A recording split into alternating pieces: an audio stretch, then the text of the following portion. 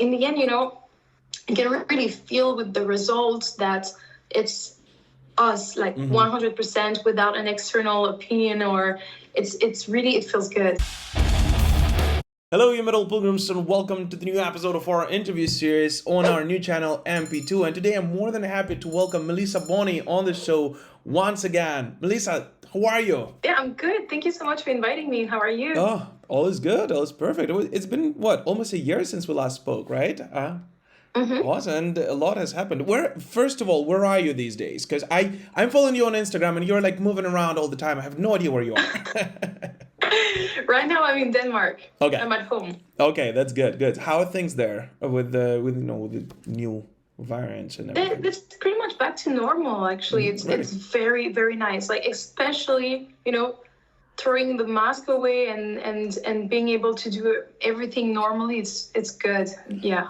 I can. And you? I'm in Ukraine. I'm in Kyiv, Ukraine, right? I'm Ukrainian myself, and it's been back to normal. But now it seems like the Delta variant is rising again. So they're thinking of shutting down everything again. I don't know. Hopefully that won't happen, but it all depends on the vaccination levels in the country. So this is my way of just telling people, guys, please, I really want to go to a metal show once again. Please vaccinate yourself. Nothing is going to happen to you. Believe me, it's been okay. I got 2 shots. All is good. Yeah, same here. I got 2 shots, and I'm more than happy to be able to travel and play on stage. And oh my God, this is a relief. Exactly. All right. So Melissa, now with the obvious out of the way, I mean, obviously the big news about Ad Infinitum is that your new album, Chapter 2 Legacy, is out on October 29th. So first of all, congrats on finishing it up. I mean, you've been pretty busy, these days. So tell us about it. I mean, what was the creative process behind it like? We started exchanging demos already in the summer 2020. So pretty early after the release of the first album. Yeah. But we kind of paused this when we recorded the acoustic album, and then we took it again, and we had a pretty tight schedule to be able to release the second record only 1.5 years after the first one. Reason for that is, we couldn't tour. Everything has been postponed and everything was uncertain. So we didn't want to just, throw this first record and then disappear. So we recorded tons of videos and live show and second, like the acoustic album, and then we just decided to also release as soon as possible the second record so people could have more music from us. And because 10 songs you kind of get tired of them pretty easily. So you almost had 20. Let's give them more. That's good. I mean, with the acoustic version, it felt like you had 20 of those, but still. Yeah. So, and with this record, you decided to self-produce it, right? Yeah. Why did you decide to go with it? Well, the first record, I kind of needed a producer because I started it alone. It was meant to be a solo project, and obviously, I'm not. I'm a singer. I'm not a guitar player, drummer, bass player, orchestrator, even less. So I really needed someone to help me with those. And the guys joined me halfway through the process. And this time we were already 4 bandmates from the beginning, and everyone is very aware and skilled with his own instrument. So we decided to work on our own and create those demos and ideas together, and then to work with someone else for orchestrations and to have the expert eyes of Jacob Hansen afterwards, to tell us if anything is really not working, like, guys, maybe you should see again that song or that part. But it worked really, really well, and in the end, you can really feel with the results that it's us, like 100% without an external opinion, or it's really, it feels good. This is awesome. But I gotta say that if the first chapter has definitely been, this classic symphonic metal album, this one, includes quite a lot of, rather modern influences from other genres as well. This is at least what I felt when I heard it first. So has this been done on purpose, or can you say that you just kind of found your niche and your sound on this album more? It happened naturally. We didn't think like, oh, we want to do something different or we want to take this direction. It's just like, since, like I said, we worked together from the beginning and everyone had ideas and everyone in the band has different inspirations and influences. So it really happened naturally by mixing all of our ideas together. And it worked very well, and it's cool because this is something that we enjoy even more because it feels younger and fresher. And I feel like there's not, I mean, I don't know every single band on this planet, obviously, but I feel like this is going to a direction that hasn't been explored before because of using the symphonic metal as a base, but then going dark and genty and sometimes a little bit metalcore. Yeah. And it for us it just feels natural because it's us four. This is pretty cool. And I mean, do we call this a second record or a third record? Second. All right, let's call it a second. But still, it's kind of. Do you think right now that the band has kind of like finally found the sound that will be associated with Ad Infinitum and not be seen as your, solo project overall? Do you feel like this can be said about this record or not really? Yeah, I think so. Well, I think it was already clear from the beginning that it was not at all a solo project when we recorded the first album. But I think now it's even clearer because everyone is involved at the same level from the beginning. And we are all involved in also interviews, for example, where you can really see that everyone knows what we're doing. It's not like me in the front and the guys just executing whatever on stage. It's like it's the four of us in how do you say, involved at the same level. And I don't know if I answered your question correctly. No, you're good. I mean, it feels like definitely. I mean, again, from what I'm seeing on media and everything, it really feels like more like Ad Infinitum is becoming. I mean, it has been a band, of course, but it's becoming more of of a living organism that. I mean, God forbid, of course, but remove Melissa will will continue going on. I mean, it's not like I want you out of Ad Infinitum. Please don't. But that's pretty cool. So can you say that at this point, I mean, you've been very productive lately, right? I mean, you personally, and I'm saying not the band, but you personally, with a lot of, guest appearances, collaborations, and so on and so forth. I'm not even going to go into that. I mean, there has been a lot of work for you. But can you say that Ad Infinitum is becoming your kind of main project you're mostly, concentrated on? Yeah, definitely. This is where I spend most of my time every day. And this is clearly my priority whenever I have to choose. And there's so much happening right now. I mean, I didn't expect it to grow like this and to take so much space in my life so fast, but it has, and it's fantastic. So yeah, obviously this is my main occupation. This is awesome. And if we go back to the album itself, right, the second chapter's main themes are inspired by Vlad the Impaler. Am I correct? Yeah, which for me is very cool, since my name is Vladislav, and in my early 20s I actually have been called Vlad the Impaler jokingly by my friends. So wow. Yeah, so it's really fun. So why did you decide to go with this specific person? Because I mean, he's a rather controversial figure overall, right? And well, that's pretty much the reason, because like you said, he's controversial. For some people he was a hero, national hero. For some people he was a horrible person and a tyrant, like Vlad the Impaler, Vlad the guy who murdered several thousand people.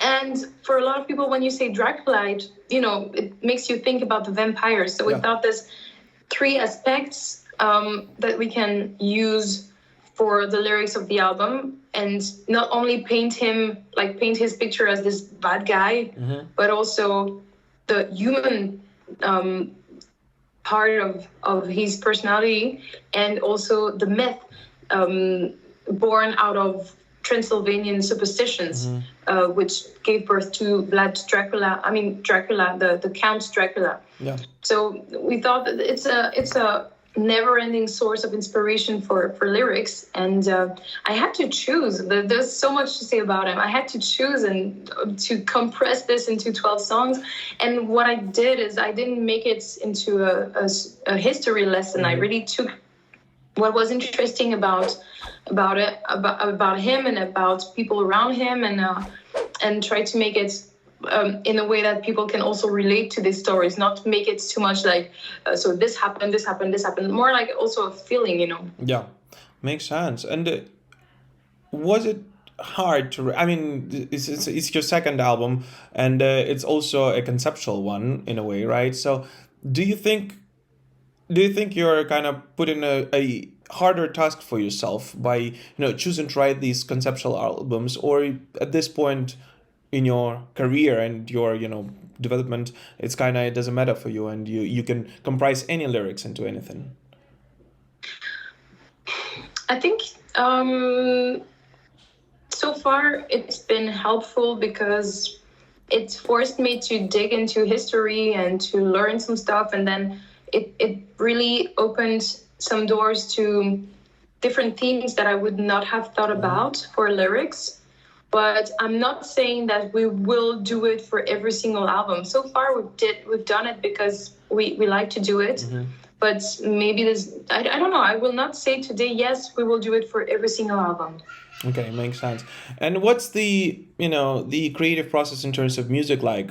What it was like for this album? As I assume you're still, even though it's a band and everyone has their own responsibilities, you are the main orchestrator of the entire, thing. But how did you go about writing the music itself? I would not say that I'm the main anything, actually, because everyone brought some ideas, some demos. There's some songs that started with some ideas that I had. There's some songs that started with ideas of each of my other bandmates. So there's no rule, there's no main songwriter. It's really like everyone has his own skills, and we bring this all together, and we all work on every single song. This is awesome. This is really, really, really, really cool. I love it. When the bands, and I think that this is why, I guess, this album, despite being a conceptual album, and despite being, of course, a symphonic metal album, it is very diverse, right? For those who haven't listened to it yet, or will be, watching this, afterwards, I encourage you to listen to it as an album as a whole.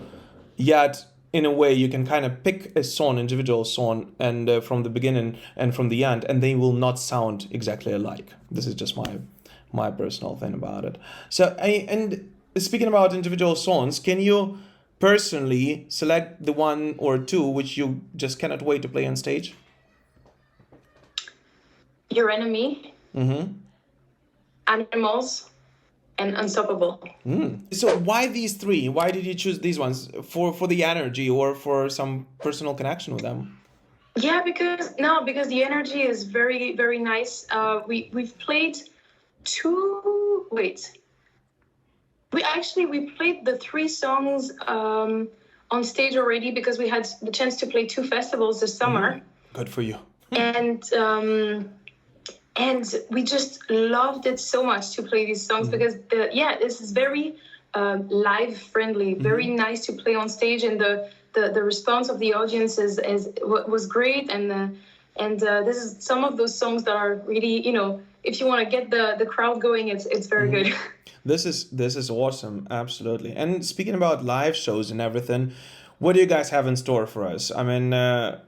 Anything specific planned for Ad Infinitum for the next year? Actually, for next week already, we have this. Awesome. Yeah, we have this release show in Switzerland on the release day. Yeah. In Praten with our friends from Illumishade and Dust in Mind, and we will play mostly the second album and a few songs from the first album as well.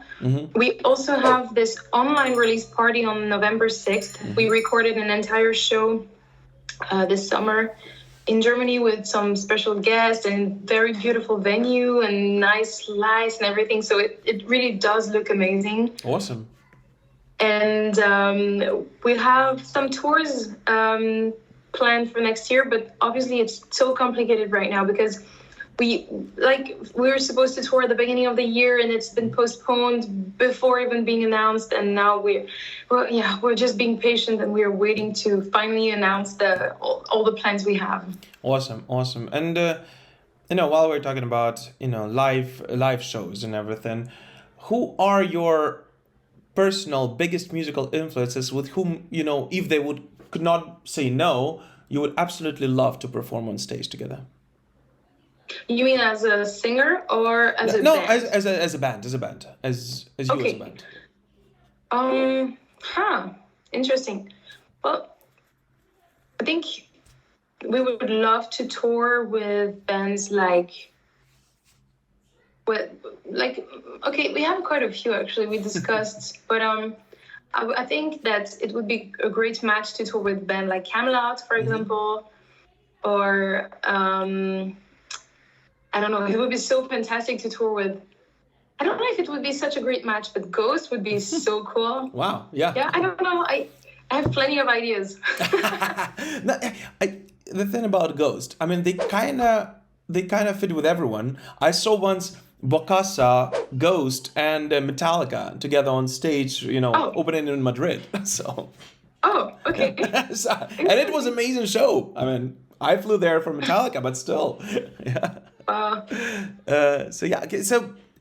are these the bands like Camelot you're digging your inspiration from usually? There's a lot of bands who've been inspiring me through the years, and Camelot is definitely one of them because I really love their music. I've discovered them with the album Silverthorn, and then I went back into the discography. And I think it's just brilliant. So obviously it's one of those bands where I really thought, oh, wow, they did something. They created something great.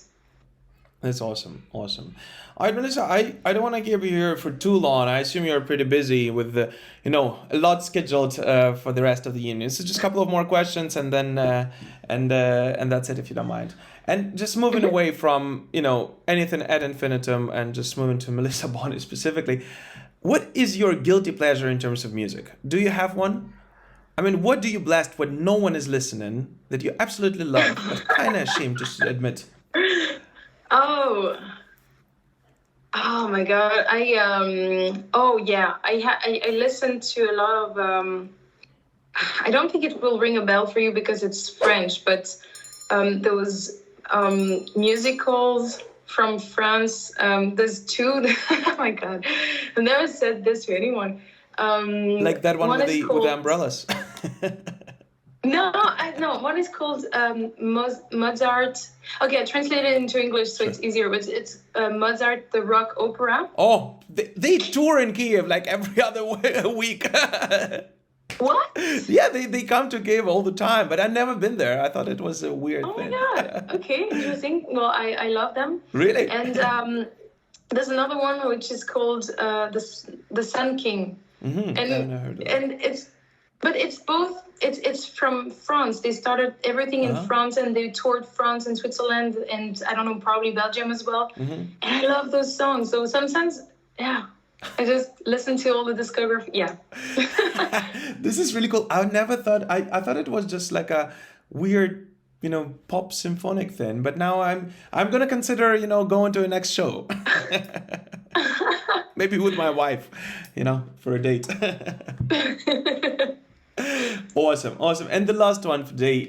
This is something I've been seriously wondering since because of your. Just because of something we actually spoke about last time, but What kind of movies do you usually watch if you have a chance, if you have time? I assume you have no time just because you're everywhere and you're a very busy bee. But still, if you do enjoy, an evening in front of TV, what would it be? I love all sorts of movies and series. I'm so much into series, like the last movie I've watched was the new James Bond, and I loved it. Really? Okay, I haven't seen it. Did you see the Dune? The Dune? Sorry? Did you see the Dune? Oh my God, it's so good. Yes, I've seen it. It's amazing. It's amazing. And series, I like all sorts of series. The last one I finished is Lucifer. Never saw it. But I also like a little bit, some fantasy, or also crime solving. I like everything. It seems like it's as long as it's well done. As long as it's well done and interesting, and the characters are well written and the actors are good, I can appreciate. I tend to enjoy more the series that are on HBO or Amazon Prime, because it's a little bit darker and deeper. Netflix is more like the easy to watch with your friends. Have you seen the Squid Game though? Yeah. What did you think about it? Seen it. Yeah. Oh, this is one of those emotional roller coasters for me, because I don't want to spoil the thing for anyone, but for me it was like a few cries and a lot of oh no, my God. I loved everything except the ending. I'm not gonna give it away for anyone. I thought the ending was cheesy and I didn't like it. Sorry all the fans. I was okay with the ending. All right, Melissa, thank you so much for your time. As always, a pleasure to speak to you. Any last message for the fans, both old and new? Well, old, I would say thank you so much for your support and for following us from Chapter 1, which was actually not so long ago. Not at all. It's kind of silly to say this. Thank you for following us from the beginning, and to the new ones. Well, I hope that you are having a great time discovering us, and looking forward to seeing you all on stage. Awesome. Thank you so much. Melissa, Bonny, everyone. Just a reminder, Chapter 2 Legacy will be out on October 29th via Napalm Records, so make sure you check it out. If you like the first record, you absolutely will love the second one. And just overall, check it out. It's a great one. Melissa, thank you so much and keep rocking. Thank you.